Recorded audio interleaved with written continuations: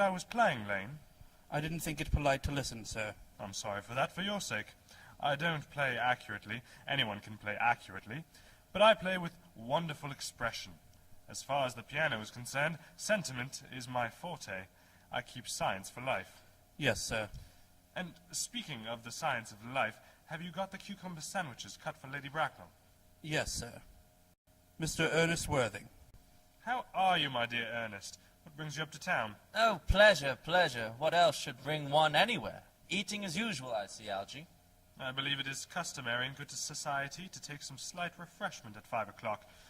Where have you been since last Thursday? In the country. What on earth do you do there? When one is in town, one amuses oneself. When one is in the country, one amuses other people. It is excessively boring. And who are the people you amuse? Oh, neighbours, neighbours. Got nice neighbours in your part of Shropshire? Perfectly horrid. Never speak to one of them. How immensely you must amuse them. Who is coming to tea? Oh, merely Aunt Augusta and Gwendolen. Oh, how perfectly delightful. Yes, that is all very well, but I am afraid Aunt Augusta won't quite approve of your being here. May I ask why? My dear fellow, the way you flirt with Gwendolen is perfectly disgraceful. It is almost as bad as the way Gwendolen flirts with you. I am in love with Gwendolen. I have come up to the town expressly to propose to her. I thought you had come up for pleasure. I call that business. How utterly unromantic you are. I really don't see anything romantic in proposing. It is very romantic to be in love, but there is nothing romantic about a definite proposal. Why, one may be accepted. One usually is, I believe. Then the excitement is all over. The very essence of romance is uncertainty. If I ever get married, I'll certainly try to forget the fact. I have no doubt about that, dear Algy. The divorce court was specially invented for people whose memories are so curiously constituted. Well, there is no use speculating on that subject. Divorces are made in heaven. I don't give my consent. Your consent? My dear fellow, Gwendolen is my first cousin, and before I allow you to marry her, you'll have to clear up the whole question of Cecily. Rings bells. Cecily? What on earth do you mean? What do you mean, Algy, by Cecily? I don't know anyone of the name of Cecily. Bring me that cigarette case Mr. Worthing left in the smoker room the last time he dined here. Yes, sir. Your name isn't Jack at all. It's Ernest. It isn't Ernest. It's Jack. You have always told me it was Ernest. I have introduced you to everyone as Ernest. You answer to the name of Ernest. You look as if your name was Ernest. You are the most earnest-looking person I ever saw in my life. It is perfectly absurd your saying that your name isn't Ernest. Afternoon, dear Algernon. I hope you are behaving very well. I'm feeling very well, Aunt Augusta. That's not quite the same thing. In fact, the two things rarely go together. Saturday. Of course, the music is a great difficulty. You see, if one plays good music, people don't listen, and if one plays bad music, people don't talk. But I'll run over the program I have drawn out, if you will kindly come into the next room for a moment. Thank you, Algernon. It is very thoughtful of you. I'm sure the program will be delightful after a few expurgations. French songs I cannot possibly allow. People always seem to think that they are improper, and either look shocked, which is vulgar, or laugh, which is worse. But German sounds a thoroughly respectable language, and indeed I believe is so. And I would like to be allowed to take advantage of Lady Bracknell's temporary absence. I would certainly advise you to do so. Mamma has a way of coming back suddenly into a room that I've often had to speak to her about. Miss Fairfax, ever since I met you, I have admired you more than any girl I have ever met since I met you. Yes, I'm quite well aware of the fact, and I often wish that in public, at any rate, you had been more demonstrative. For me, you have always had an irresistible fascination. Even before I met you, I was far from indifferent to you. And my ideal has always been to love someone of the name of Ernest. There is something in that name that inspires absolute confidence. The moment Algernon first mentioned to me that he had a friend called Ernest, I knew I was destined to love you. You really love me, Gwendolen? Passionately. Darling, you don't know how happy you've made me. My own Ernest. But you don't really mean to say that you couldn't love me if my name wasn't Ernest? But your name is Ernest. Yes, I know it is. But suppose it was something else. Do you mean to say you couldn't love me then? Ah, that is clearly a metaphysical speculation, and like most metaphysical speculations, it has very little reference at all to the actual facts of real life.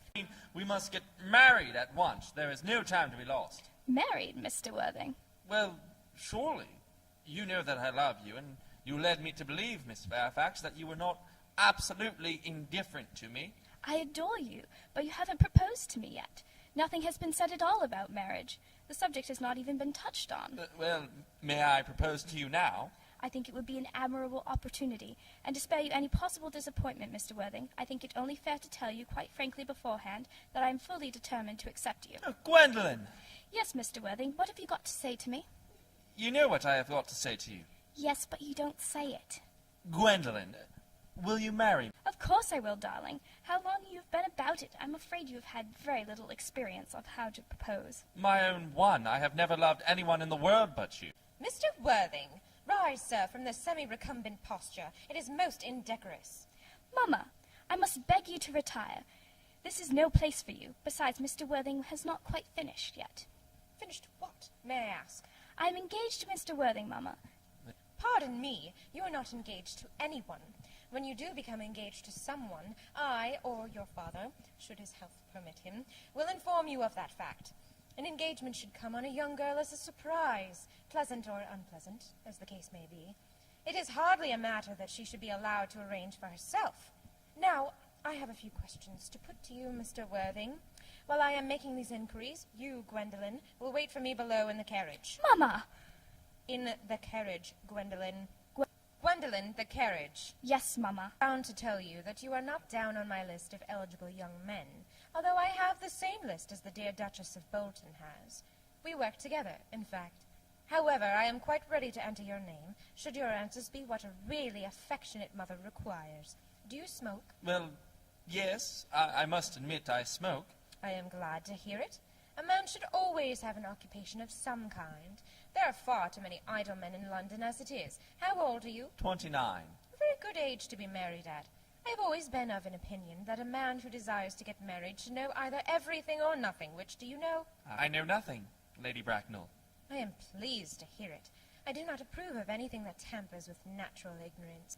What are your politics? Well, I'm afraid I really have none. I am a liberal unionist. Oh, they count as Tories. They dine with us, or come in the evening, at any rate. Now to minor matters. Are your parents living? I have lost both my parents. To lose one parent, Mr. Worthing, may be regarded as a misfortune. To lose both looks like carelessness. Who was your father? He was evidently a man of some wealth. Was he born in what the radical papers call the purple of commerce, or did he rise from the ranks of the aristocracy? I'm afraid I really don't know. The fact is, Lady Bracknell, I said I have lost my parents. It would be nearer the truth to say that my parents seem to have lost me. I don't actually know who I am by birth. I was found. Found? The late Mr. Thomas Cardew, an old gentleman of very charitable and kindly disposition, found me and gave me the name of Worthing, becoming a hand. I feel somewhat bewildered by what you have just told me. To be born, or at any rate bred, in a handbag, whether it had handles or not, seems to me to display a contempt for the ordinary decencies of family life that reminds one of the worst excesses of the French Revolution. And I presume you know what that unfortunate movement led to. As for the particular locality in which the handbag was found, a cloakroom at a railway station might serve to conceal a social indiscretion, has probably indeed been used for that purpose before now, but it could hardly be regarded as an assured basis for a recognized position in good society.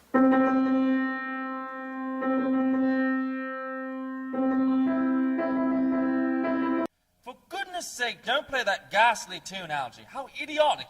Gwendolen is right as a trivet. As far as she is concerned, we are engaged. Her mother is perfectly unbearable. Never met such a gorgon. I don't really know what a gorgon is like, but I am quite sure that Lady Bracknell is one. In any case, she is a monster, without being a myth, which is rather unfair. On Mamma's face, I fear we never shall. Few parents nowadays pay any attention to what their children say to them. The old-fashioned respect for the young is dying out. Whatever influence I ever had over Mamma, I lost at the age of 3. But although she may prevent us from becoming man and wife, and I may marry someone else, and marry often, nothing that she can possibly do can alter my eternal devotion to you. Dear Gwendolen. The story of your romantic origin, as related to me by Mamma, with unpleasing comments, has naturally stirred the deepest fibers of my nature. Your Christian name has an irresistible fascination. The simplicity of your character makes you exquisitely incomprehensible to me. Your town address at the Albany I have. What is your address in the country? The Manor House, Woolton, Hertfordshire.